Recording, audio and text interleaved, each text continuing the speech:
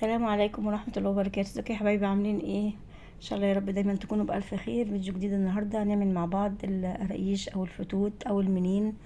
حاجة كده بقى تنفع للمدارس، تنفع للحضانة، تنفع اللي رايح شغل الصبح كده مع كوباية شاي. تنفعك انت كده الصبح مع كوباية شاي بلبن. تغيير شوية في الفطار، حاجة موجودة في البيت اي حد يجوع. هنبدأ مع بعض ان شاء الله. نقول مقاديرنا مع بعض: 2 كيلو دقيق انا جايباه سايب من عند العطار، وجايبه شمر وينسون، وجايبه سمسم، وجايبه بيكنج باودر، وجايبه خميره فوريه، ومعايا كيلو سمنه على زيت. كيلو سمنه على زيت يعني كوبايه زيت بكمل بيها الكيلو. وجايبه عجوه بلح، وجايبه عجوه المفرومه الجاهزه. تمام. وعندي شويه قرفه صغيرين كده عشان العجوه بتحب القرفه وبتحب السمسم. ومعايا شويه ملح، ومعايا معلقتين سكر او 4 معالق لل2 كيلو. ومعايا المكون السحري الجميل جدا جدا، اول مره هنعمل بيه القراقيش، هو النشا. هنحط لكل كيلو دقيق معلقتين نشا. اول حاجه كده بسم الله الرحمن الرحيم نبدا بالخميره عشان خاطر نتاكد ان هي نشطه وكويسه.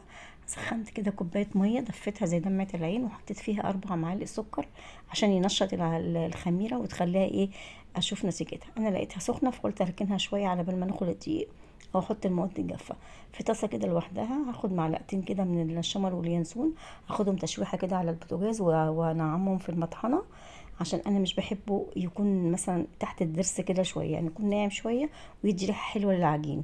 انا مش هكتر منه لان احنا طبعا ايه هنحط عجوه في القراقيش بتاعتنا. هندخل الدقيق زي ما احنا عارفين ان اي مخبوزات اي معجنات لازم تدخلي الدقيق تدخلي هوا.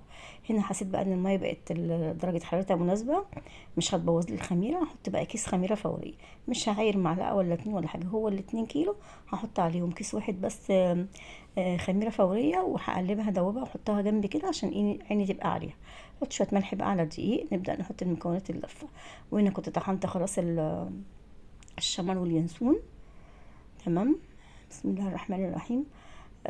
وهنبدا نحط بقى البيكنج باودر، احط معلقه وربع على الاتنين كيلو، ما تكتروش عشان طبعا لسه الجو حر والعجينه ما تفرش منك بسرعه، الجو لسه مش ما سقعش. نحط بقى شويه ايه، ريحه الكحك كده برضو بتدي ريحه جميله كده. وهنحط مع بعض بقى السمسم، حوالي معلقتين لكل كيلو، حوالي 4 معالق كده وزي ما انت بتحبي يعني. السمسم طبعا بيدي طعم حلو جدا، كترتيه بيبقى طعمه حلو. واحط بقى اي 4 معالق نشا. 4 معالق نشا يعني كل كيلو معلقتين اتنين بالظبط. بيدي بقى طراوه للقرقوشه كده، ويخليها ناعمه. يعني انت لو انت عايزاها مقرمشه شويه بس من جوه بيبقى ناعمه كده، العجينه ناعمه كده في بقك كده بتدوب وبتدي نتيجه بجد بجد جميله جدا، حلوه قوي، هتعجبك ان شاء الله. هقلب بقى كل المكونات كويس جدا، ادخلها في قلب بعضيها. واخر حاجه معانا هنحط المواد الدهنيه. الماده الدهنيه اللي هي كوبايه زيت وكيلو سمنه، يعني كيلو سمنه مع كوبايه الزيت، الاتنين وزن واحد، الاتنين كيلو، يعني كيلو واحد سمنه على زيت. هو كيلو، مش كيلو سمنه وكوبايه زيت، لا. انا قللت السمنه مثلا 900 جرام سمنه، وال100 جرام التانية زيت. عايزه تحطي سمنه كله على بعضه ومفيش مشكله، بس الزيت بيديها بس قرمشه كده جميله قوي، يبقى طعمها حلو. هقلب بقى كده الدقيق مع السمنه كده. هخلي الدقيق يختفي كده اهوت. دلوقتي بقى المعلقه نشيلها، نبدا بقى ايه، لازم تحسي بالعجين كده وتمسكي العجين كده. ايديكي تبقى لامساه كده، تبقى عارفه الدنيا رايحه فين وجايه منين. لما كده كل الدقيق لازم يتغلف كله بالسمنه، ما تخليش اي حبه دقيق من غير سمنه. قلبي قلبي كده تقليب، انا مش بعجن، انا بقلب بس بدخل السمنه في كل الدقيق. تمام مع بعض كده ايه ماشيين تمام. اللهم صل على النبي. دخلت كده كل الدقيق في السمنه. هبدأ بقى ان انا ايه ابسه زي ما نبس الكحك كده على ايدينا، على كف ايدك كده اهوت. وتقعدي 5 6 7 8 9 دقايق تبسيه على ايديكي زي ما انت شايفه كده. تبسيه على ايدك كده بيدي نتيجه جميله جميله، ويخلي العجينه مورقه كده وايه حاجه تجنن يعني. انا كنت خلاص قعدت 10 دقايق، كانت الخميره بسم الله ما شاء الله زي ما انتم شايفين كده فارت وكده. انا متاكده 100 ان هي تمام. هحط الكوبايه كلها دي اول كوبايه ميه، مش هعمله باللبن يا جماعه، انا هعمله بالميه، وهتشوفي طعمه وريحته وشكله هيبقى عامل ازاي. حطيت اول كوبايه، طبعا مش هننزل بالمواد السائله بتاعتنا كلها مره واحده. انا هنا حسيت ان الميه سخنه شويه، فلما حسيتها على ايدي رحت ايه مكمله شويه ميه باردين من الحنفيه كده عليها، عشان ايه ما تموتليش الخميره. وبرده حسيتها الاول. وهحط برده شويه بشويه. حطي على الدقيق العجينه بتاعتك، ما تحطيش كل الميه مره واحده، عشان احنا طبعا عارفين ان الدقيق كل دقيق بيبقى ايه يعني انواع دقيق، انواع زي ما احنا عارفين. لو حطيتي كل الميه مره واحده هتسيح منك العجينه، مش هتعرفي تجيبها. لكن لما نحط الميه حبه بحبه ان شاء الله باذن الله تظبط معاكي. وايه وانتي ايديكي بقى ايه وعينيكي تبقى ايه شايفه العجينه ولمساها وحساها. حطيت بقيه كوبايه الميه التانية وهقلب، مش هعجن يا جماعه، انا هقلب. انا بصي حسيت ان انا خلاص العجينه تحت ايدي مش محتاجه اي حاجه، وايه واختبرها بقى لو بتشقق تبقى احط لها شويه ميه صغيرين. هنا العجينه بسم الله ما شاء الله. بصوا بقى العجينه ملبن. بصوا مش مستحمله صباعي ولا فيها تشققات ولا بتفتح ولا اي حاجه. بصوا العجينه عامله ازاي، ناعمه قطن كده. بص ملبن تحت ايديا، بصوا عامله ازاي، بسم الله ما شاء الله. لو وصلنا لحد هنا وما عملناش لايك للفيديو، نعمل لايك للفيديو ونعمل اشتراك للقناه ونفعل زر الجرس عشان يجيلك اي فيديو انا بنزله. اتمنى يا رب من كل قلبي ان انتوا تشتركوا في القناه وتفعلوا ايه مع الفيديو. هنا بقى يجي دور العجينه. البلح جميل جدا والعجوه جميله قوي اليومين دول. شكلها عجبني بصراحه. قلت اجيب نص كيلو من ده ونص كيلو من ده واخلطهم الاتنين، ممكن على بعض او كل حاجه لوحدها زي ما هيمشي معانا ايه نصيبنا هيودينا فين. حطيت سمسم، حطيت قرفه، حطيت على كل نص كيلو معلقه سمنه. وهبدا ان انا ادعكها. لو انت حسيتي ان هي ناشفه شويه حطيها على البوتاجاز في الطاسه ووطي عليها النار كده وابداي قلبي فيها هتسيح معاكي. لو هي طريه مش لازم تحطيها على النار، ادعكيها كده بايديكي او بالمعلقه هتبقى جميله جدا. خدت بقى حته عجينه هنا اهوت، بسم الله ما شاء الله العجينه زي الفل تحت ايدي طريه وما بتلف يعني ما بتلمش معايا لان هي ارتاحت على بال ما انا عملت العجوه وعبال ما ظبطت حالي كده وروقت دنيتي. كانت العجينه استريحت جدا جدا وادتني. بصوا بتفرد معايا ازاي بكل سهوله، مش تعبانه فيها ولا بشد فيها ولا حاجه. العجينه اصلا طريه وجميله. خلاص نبدا بقى كده نسوي العجينه. خلي ايه عايزاها مربعه ماشي، عايزاها مدوره ماشي، اللي يعجبك اعمليه. هي زي ما تيجي تحت ايديك كده افرديها وزي ما تيجي تحت ايدي. لكن خدي الاطراف كده الجناب دي كلها شيليها وايه. وانا كنت هنا فردت العجوه على كيس بلاستيك، كيس بلاستيك من تحت وكيس بلاستيك من فوق، وبالنشابه كده تمشي عليها تتفرد معاك وتبقى زي الفل. عشان احنا طبعا حاطين لها سمنه فطريه. بصوا العجينه جميله ازاي، بصوا العجينه طريه وفي منتهى الجمال، طريه ومطوعاني كده وايه ملبن تحت ايدي. هبدا ان انا بقى اعمل ايه زي ده، زي كعب غزال كده صغنن كده جميل قوي يعني. بتبقى ملفوفه كده وجميله وولادي بيحبوها كده برضو، حلو قوي يعني.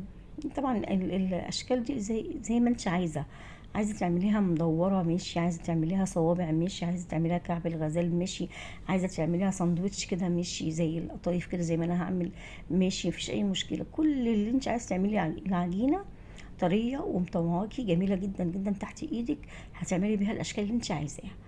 والعجينه ما شاء الله يعني كل ما بفرد فيها بتتفرد معايا جميله مستريحه. العجين كل ما يرتاح كل ما تيجي نتيجه جميله جدا.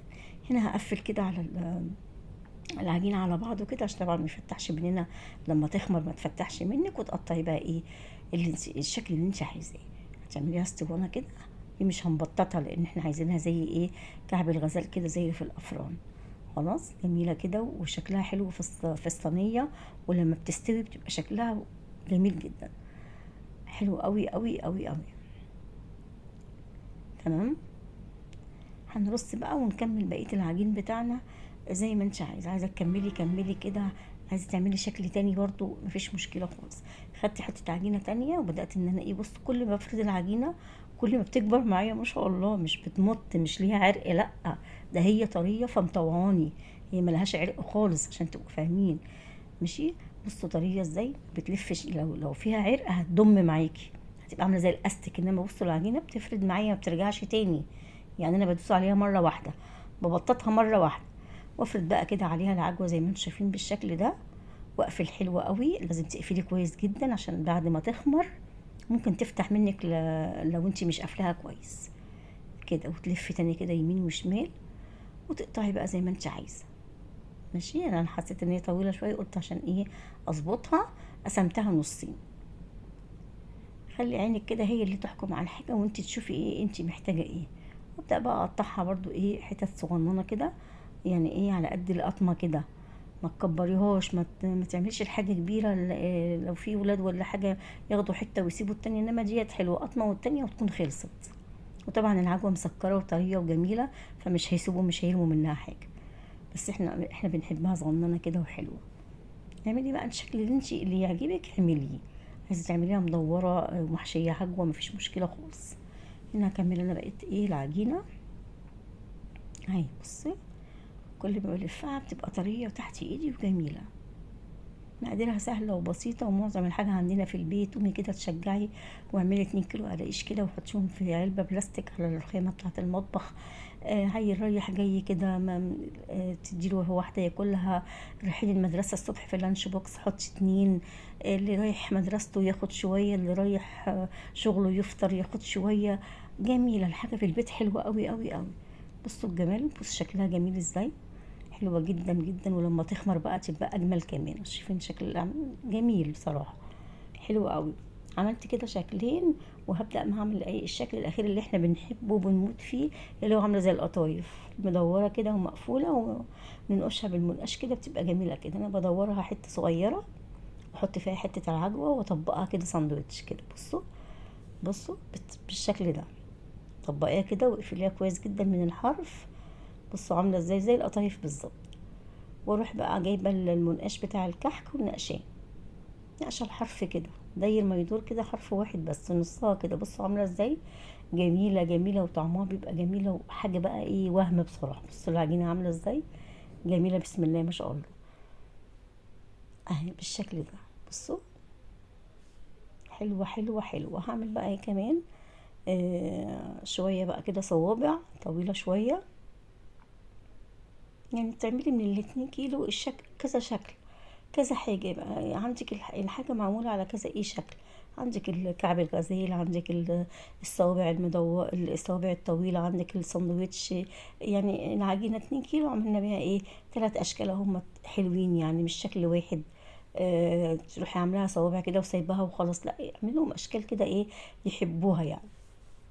الولاد طبعا مش عارفة ان هم بيبصوا على الحاجة قبل ما ياكلوها. بص انا كده عملتها صوابع برضو مش طويلة قوي اهي، متوسطة برضو اهو. وهعمل بقية العجين برضو كله بالشكل ده. بعد ما عملت ايه الصاجين كده طلعوا معايا، اللي هي الساندوتش اللي عامله زي القطايف كده جميله قوي. سبتهم جنبي كده على جنب يخمروا على بال ما اكمل بقيه العجين اهو. بصي قطعتي كده واقطعي بقى الشكل اللي انت عايزاه. عايزاها بالورب اعمليها بالورب تديكي سمبوكسه كده.